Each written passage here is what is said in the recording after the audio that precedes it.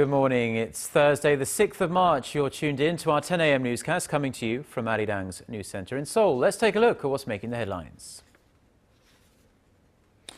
A bill calling for the body of water between Korea and Japan to be referred to as the Korean name East Sea as well as Sea of Japan in Virginia textbooks passes the House of Delegates. The governor's signature is now all that stands between it becoming law.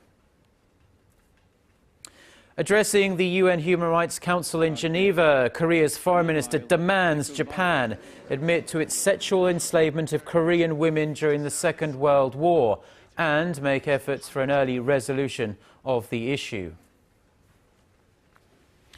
Plus, we have the latest as the foreign ministers of Russia and key Western powers hold talks in Paris to try and resolve the crisis in Ukraine. The European Union also offers $15 billion in aid to Kiev. But we start with another huge step forward in the push for the co-designation of the Korean name East Sea, as well as Sea of Japan, in school textbooks in the U.S. state of Virginia. Park Ji-won starts us off. The so-called East Sea Bill has passed the Virginia House of Delegates, the last phase of the legislative process, in an 82-16 vote. The bill requires all textbooks approved by the Board of Education to note that the Sea of Japan is also referred to as the Korean name East Sea. As the bill passed the state Senate in January, it now only requires the governor's signature for it to become law. Governor Terry McAuliffe is expected to sign the bill by early April at the latest, and the bill will take effect from July 1st. The passing of the bill is a major victory for the state's estimated 82,000 Korean American residents.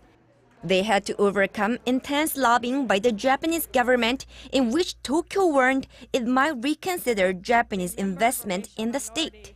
The Korean American community in Virginia has been pushing hard for the change since the early 1990s. They, as well as all Koreans, view the Sea of Japan designation as an unpleasant reminder of Japan's brutal colonization of the Korean peninsula in the early to mid-20th century.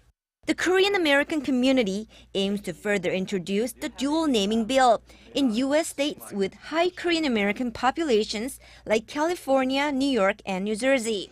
They ultimately hope to change the U.S. government's single name policy regarding sea names. The International Hydrographic Organization, or IHO, published a book designating official names of the seas in 1929. Japan registered the name Sea of Japan to refer to the body of water that separates Korea and Japan. However, as Korea was colonized by Japan back then, it had no way to voice its opposition on the world stage.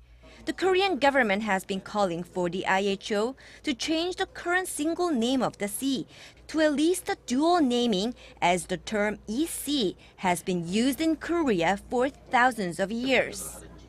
Park Ji-won, Arirang News. Korean Foreign Minister Byungse has demanded Tokyo admit to its sexual enslavement of Korean women during the Second World War and make efforts for an early resolution of the issue. Speaking at a UN session in Geneva Wednesday, Korea's top diplomat also slammed Japanese officials for attempting to whitewash the country's past wrongdoings. Hwang Sang-hee reports. Speaking before the UN Human Rights Council in Geneva on Wednesday, South Korean Foreign Minister Byungse urged Japan to take responsibility and compensate the victims of its wartime sexual slavery. Calling for an end in sexual violence in armed conflicts, he noted violations that took place in the past in which the perpetrators have yet to repent, pointing to the so-called comfort women as a living evidence. This is an added insult to the honor and dignity of those victims who had weathered physical and psychological pains in their lifelong haunted memories. Such an attitude is an affront to humanity and disregards the historical truth. An estimated 200,000 women, mostly Korean, were used as sex slaves by the Japanese army in the early 20th century. This marks the first time since 2006 that a top diplomat from Korea is attending the UN Human Rights Council session, and the first time ever the comfort women issue was raised, a sign that Seoul is serious about tackling the matter. The starting point of the prevention of human rights violations is for countries to admit past wrongdoings, take responsibility for such deeds, and educate the correct history to the future generations. Referring to comments recently made by Japanese Vice Education Minister, who claimed the Japanese military's use of sex slaves is a fabricated story, Minister Yoon stressed the importance of educating correct history. Minister Yoon also touched upon a recent UN report on North Korea's human rights violations and expressed hopes it will lead to practical steps for improving human rights conditions in the regime. Top diplomats from around 50 nations attended the UN Human Rights Council session, but Japanese Foreign Minister Fumio Kishida was not present. Hwang Sang-hee, Arirang News. Moving now to Seoul's push to establish regular reunions for families separated since the Korean War. South Korea has written to the North asking for talks over the urgent humanitarian issue. But, as our Kim Ji-yeon reports, many expect Pyongyang to turn the offer down. Seoul's Unification Ministry sent a written proposal to Pyongyang on Wednesday, suggesting that the two Koreas hold talks on making reunions for families separated by the Korean War a regular event. Deputy spokesperson Park Soo-jin said the ministry proposed holding a round of working-level Red Cross talks next Wednesday on the South Korean side of Panmunjom, which is located on the de facto border between the two Koreas. The offer follows President Park Geun-hye's call for regular family reunions during a speech on March 1st, where she pointed out that tens of thousands of South Koreans remain on a waiting list to see their long-lost loved ones in the north. The last round of reunions 2 weeks ago were the first in more than 3 years. Pyongyang has yet to respond to Seoul's proposal. Local media outlets in Seoul say Pyongyang is likely to reject the offer and instead make a counter-proposal for working-level talks where other unresolved cross-border issues could be discussed, such as a resumption of tours to the North's Mount Kungang Resort and the lifting of economic sanctions on North Korea. Experts say Pyongyang is likely to respond to Seoul's proposal after joint military exercises between Seoul and Washington end on Thursday. Kim Ji-yeon, Arirang News. South Korea is engaged in a delicate balancing act at the moment. On one hand, Seoul wants to maintain amicable inter-Korean ties for the sake of family reunions, but it's also having to react to a series of small-scale provocations in recent days. Seoul's defense ministry says Pyongyang violated UN resolutions with its missile launches this week and could have accidentally shot down a commercial airliner. Kim Hyun-bin reports. South Korea's defense ministry said Wednesday that the previous day's rocket launches were a violation of UN Security Council resolutions, as the North did not notify anyone of the event in advance, and the missiles jeopardized a commercial Chinese airliner flying through North Korean airspace. This is a violation of UN Security Council resolutions, and it has threatened the safety of a commercial airliner. Pyongyang should stop its provocations and abide by international standards. Defense Ministry spokesperson Kim Min-seok labeled the launches as explicit acts of aggression against a series of ongoing military exercises by South Korea and the U.S., adding that Seoul is keeping a close watch on the possibility of additional provocations to come. The missiles were short-range KN-02 ballistic missiles, and military sources in South Korea said Wednesday the North has around 100 of the missiles in its arsenal. The missiles can load up to 400 kilograms of explosives and chemical weapons, and dozens of missiles can be launched in minutes. The KN-02 has a maximum range of 170 kilometers and can hit a target at that distance in less than 4 minutes, posing a huge threat to the Seoul metropolitan area. It is thought that 30 KN-02 missiles are mounted on mobile launch pads and have Seoul in their crosshairs. North Korea has recently developed a multiple rocket launcher called the KN-09, which is presumed to have a target distance of 200 kilometers. That means that missiles shot from the border could reach Kaesongdae, where the joint military bases of South Korea's Army, Air Force, and Navy headquarters are located.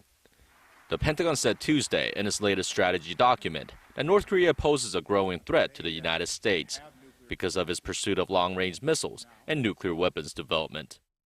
The U.S. Defense Department said the U.S. military will keep up its investment in missile defense while maintaining a major presence in the region. Kim Hyun-bin, Arirang News. And North Korea is justifying its recent series of missile and rocket launches as defensive in nature. A statement released by the North Korean People's Army on Wednesday said the missile and rocket tests that started last week were conducted to protect the nation's airspace and territory. It added the ongoing joint South Korea-US military exercises are provocative and that Pyongyang would fire off its most powerful rocket if it feels threatened. North Korea has fired off a number of Scud missiles and short-range projectiles using multiple rocket launches over the past week and a half. President Park Geun-hye has vowed to ensure there are no welfare blind spots in Korean society and to open an era of trust and peace on the Korean peninsula. Speaking at the annual National Prayer Breakfast Thursday, President Park said Korea is at the point of having to lay the groundwork to take the next leap through economic and social innovation and achieve happiness and a peaceful reunification on the peninsula. In order to get there, the president said straightening out irregularities in society, including corruption and graft, would be a pressing matter.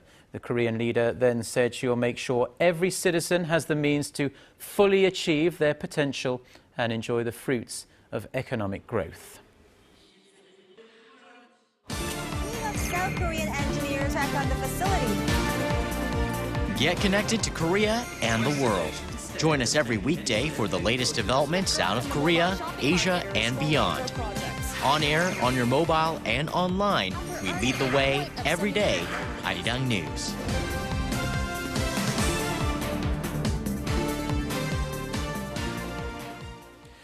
The Korean government has unveiled its to-do list for its ambitious three-year economic innovation plan. Some 60 tasks focusing on balancing domestic demand and exports, boosting the R&D sector and reforming public organizations. Hwang Ji-ae has the details. A total of 59 detailed tasks will back up the Korean government's three-year economic innovation plan. Finance Minister Hyun Ho-seok said during an economy-related ministers' meeting on Wednesday that they focus on removing excessive red tape in the name of growth and bolstering sluggish corporate investment. To accomplish the latter and boost venture businesses, the government first plans to offer bigger tax breaks for so-called angel investors, those who invest in startups. For example, angel investors would not be taxed for investments of up to 15 million won, or roughly $14,000 starting next year through 2017. The government also plans to provide financial support worth $880 million for 500 small and medium-sized businesses every year starting in 2015. Hyun said that the government is drawing up a package of measures aimed at easing regulations that hamper active participation of private equity funds in the mergers and acquisition market.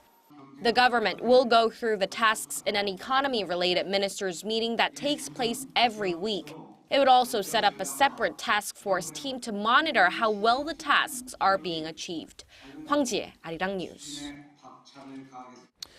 Turning now to the latest shake-up in Korea's parliament, the chief of the main opposition Democratic Party, Kim Han-gil, and An Chol-soo of the new Political Vision Party will serve as co-leaders of their new coalition party. Making the announcement at a National Assembly briefing on Wednesday, a spokesperson said an equal number of lawmakers from each side would serve as the party's leadership, although the size of it has yet to be determined. Kim and An will make a final decision on how the new coalition will be launched as soon as today, Thursday. The surprise merger between the DP and the new Political Vision Party came back on March 1st. President Park Geun-hye has appointed four-term lawmaker Lee Ju-young as the new Minister of Oceans and Fisheries. The presidential office of Cheong Wa-dae says President Park approved a parliamentary committee's hearings report on Wednesday, which make Lee's appointment official. Former Fisheries Minister Yoon Jin-suk was dismissed early last month over inappropriate remarks and actions concerning an oil leak off Korea's south coast. Over now to the high-level diplomatic efforts to resolve the crisis in Ukraine. They failed to make much headway at talks in Paris on Wednesday, with Moscow and Washington unable to see eye to eye and Russia refusing to recognize the interim Ukrainian government. U.S. Secretary of State John Kerry says talks will continue in an attempt to de-escalate the crisis, and he is expected to meet his Russian counterpart Sergei Lavrov again in Rome on Thursday. Calling Wednesday's talks the beginning of a negotiation, Kerry said he would have something concrete to take back to President Obama at the end of the week. U.S. officials say Kerry has presented Lavrov with a plan of steps for restoring Ukraine's sovereignty while answering Moscow's concerns about its Black Sea fleet and the many ethnic Russians that live in eastern Ukraine. Meanwhile, the European Union has unveiled a package of aid and grants to Ukraine's new government worth some $15 billion over the next couple of years.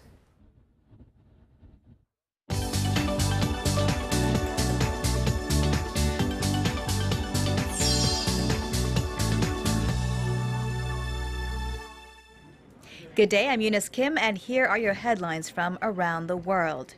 We'll begin at the Red Sea, where a ship carrying dozens of advanced Syrian-produced rockets was stopped by the Israeli Navy. Israel said the M302 rockets were sent by Iran and ultimately bound for Palestinian guerrillas in the Gaza Strip and could be used to strike deep into Israel. Hamas has dismissed the accusations, and the seizure comes as Israeli Prime Minister Benjamin Netanyahu is in the United States pushing for tougher international action against Iran. Crossing over to Egypt now, a trial of journalists accused of aiding terrorists has resumed. In all, 20 people stand accused of supporting the Muslim Brotherhood, which was labeled a terrorist group in December of last year. The trial is being closely watched as a barometer of Cairo's posture toward freedom of the press. Among the groups standing trial include 9 Al Jazeera journalists and a former BBC correspondent. Defendant Mohammed Fadel Fahmy, Al Jazeera's Canadian-Egyptian bureau chief, shouted journalists are not terrorists before the hearing began. In India, the country's election commission has confirmed parliamentary elections will begin on April 7th and will conclude on May 15th with the vote count. The poll to elect a new lower house of Lok Sabha has attracted the largest number of registered voters of 814 million people, a world record. The elections will pit the ruling Congress party against the main opposition Bharatiya Janata Party, and if a clear majority is not reached, minor parties could play a larger role in legislative affairs.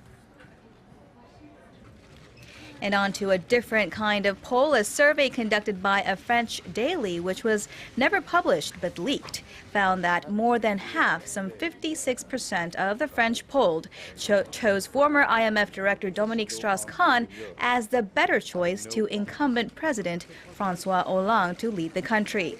The survey was pulled by Le Parisien, reportedly due to editorial reasons. Strauss-Kahn was widely anticipated to run in the 2012 presidential election against incumbent Nicolas Sarkozy, but a 2011 arrest for sexually assaulting a hotel maid in the U.S. forced him to resign from the IMF. The case was settled, but he is currently facing other legal battles in France for aggravated pimping. And we're consuming too much sugar. That's what the World Health Organization is saying as it revised down its recommended sugar intake to below 10% of a person's total daily calorie intake, with a target of 5%. That applies to natural sugars as well as those added to foods, and the change comes in a new draft measure by the WHO, and as much of the developed world grapples with rising obesity levels.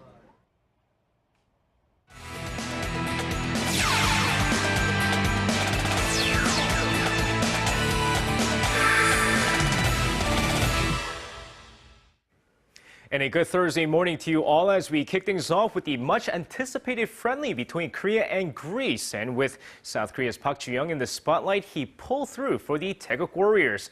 Now, in what many considered as his last chance to make the World Cup squad, Park Ju-young scores a brilliant goal in the 17th minute of the match as he puts Korea up 1-0.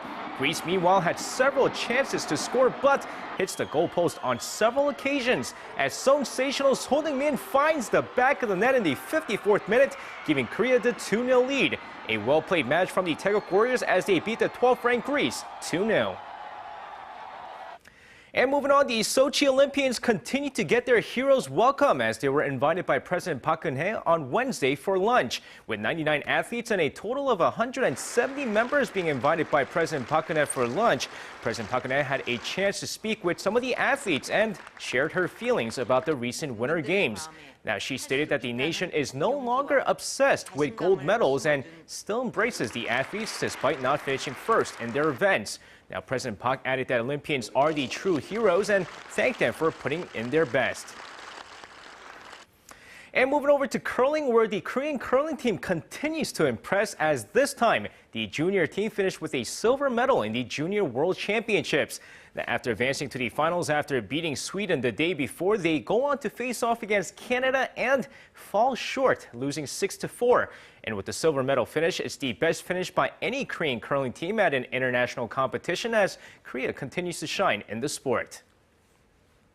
And now moving over to some Wednesday night's KBL action, we had the Busan KT Sonic Boom beat Wonju-dongbu Promi 80-74. Meanwhile, it was a battle between these two Seoul teams as Seoul SK Knights took on the Seoul Samsung Thunder, so let's take a look at the highlights. Now, a close game from the start as Samsung takes a slim 13-12 lead after the first quarter before running away with it in the second quarter as they take a 37-28 lead going into halftime. But SK comes storming back in the third quarter of the game, outscoring them 25-19. But with Samsung's Lee Kwan-hee putting up 17 points in the game, Samsung holds on to take this game 73-69. And now finishing things off with some V-League action this time, Hyundai Hill State pulls off a 3-0 win over the struggling Hunguk Insurance Life Pink Spiders over on the Women's League. Meanwhile, with the Korean Air Jumbos taking on Kepco Vic Storms, let's take a look at the highlights. Now, going into the game here, first set, Michael Sanchez and Shin Young-soo combined for 16 points as they helped the Jumbos take the first set 25-21. Kepco makes it interesting in the next two sets, but fails to win a single set as the Jumbos take this game 3-0 thanks to Michael Sanchez and his 29 points on the night. And that's going to wrap it up for me. This has been SJ. Have a great rest of the day and see you guys again for your sports needs.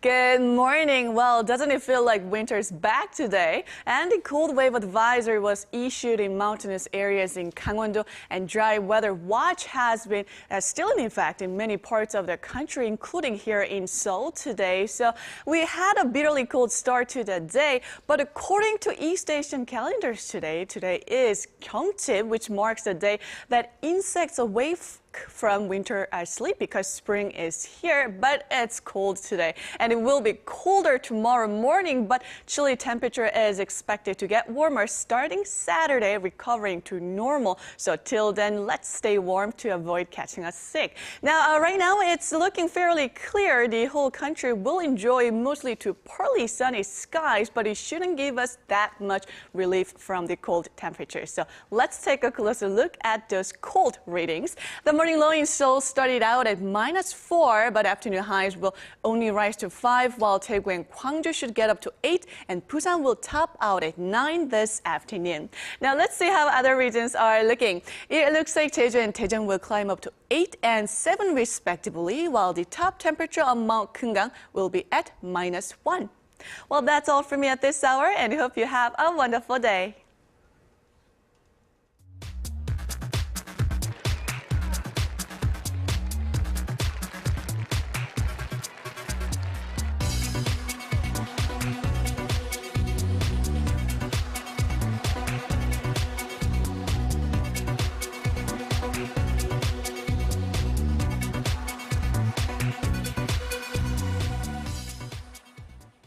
And that's all for now. Thanks ever so much for joining us. We'll be back at noon Korea time. In the meantime, you can always catch up with what's been happening in Korea and around the world on our website, which can be found at arirang.co.kr/news.